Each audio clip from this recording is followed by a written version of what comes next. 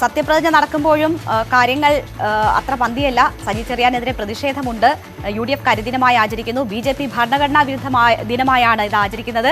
ഇപ്പോൾ BJPയുടെ നേതൃത്വത്തിൽ പ്രതിഷേധം നടക്കുകയാണ് പാളയത്ത്. അവിടെ ഡാൻ കുര്യൻ ഉണ്ട്. ഡാൻ, വലിയ പ്രതിഷേധമാണോ ഉയരുന്നത്, അതോ മന്ത്രി സാഹചര്യങ്ങളിൽ മാറ്റമില്ലാതെ തിരിച്ചെത്തുന്നതിൽ സ്വാഭാവികമായും ഉയരുന്ന ഒരു പ്രതിഷേധം മാത്രമാണോ, അതോ നീണ്ടു നിൽക്കുമോ, വലിയ രീതിയിലുള്ള പ്രതിഷേധ രൂപമായി മാറുമോ?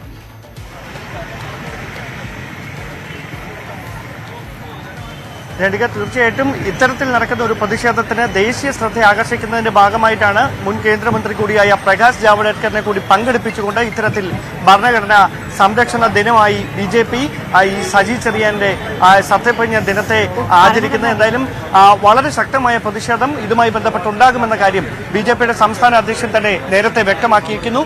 അത് ശരിവെക്കുന്ന തരത്തിലാണ് സത്യപ്രതിജ്ഞ നടക്കുന്ന ദിനത്തിൽ പാളയം രക്തസാക്ഷി മണ്ഡപത്തിൽ ഭരണഘടനാ സംരക്ഷണ ദിനമായി ആചരിച്ചുകൊണ്ട് കേന്ദ്രമന്ത്രി V. മുരളീധരനെ അടക്കം ഉൾപ്പെടുത്തി ഇത്തരത്തിൽ ദേശീയ ശ്രദ്ധയിലേക്ക് വിഷയം കൊണ്ടുവരുന്നതിന്റെ ഭാഗമായി ഇത്തരത്തിലൊരു വലിയ പ്രതിഷേധ പരിപാടിക്ക് BJP തുടക്കമിടുന്നത്. എന്തായാലും വരും ദിവസങ്ങളും ഇതിന്റെ തുടർ അനുരണനങ്ങൾ സംസ്ഥാന രാഷ്ട്രീയത്തിൽ ഉണ്ടാകും എന്ന് തന്നെയാണ് സൂചന. രേണുക.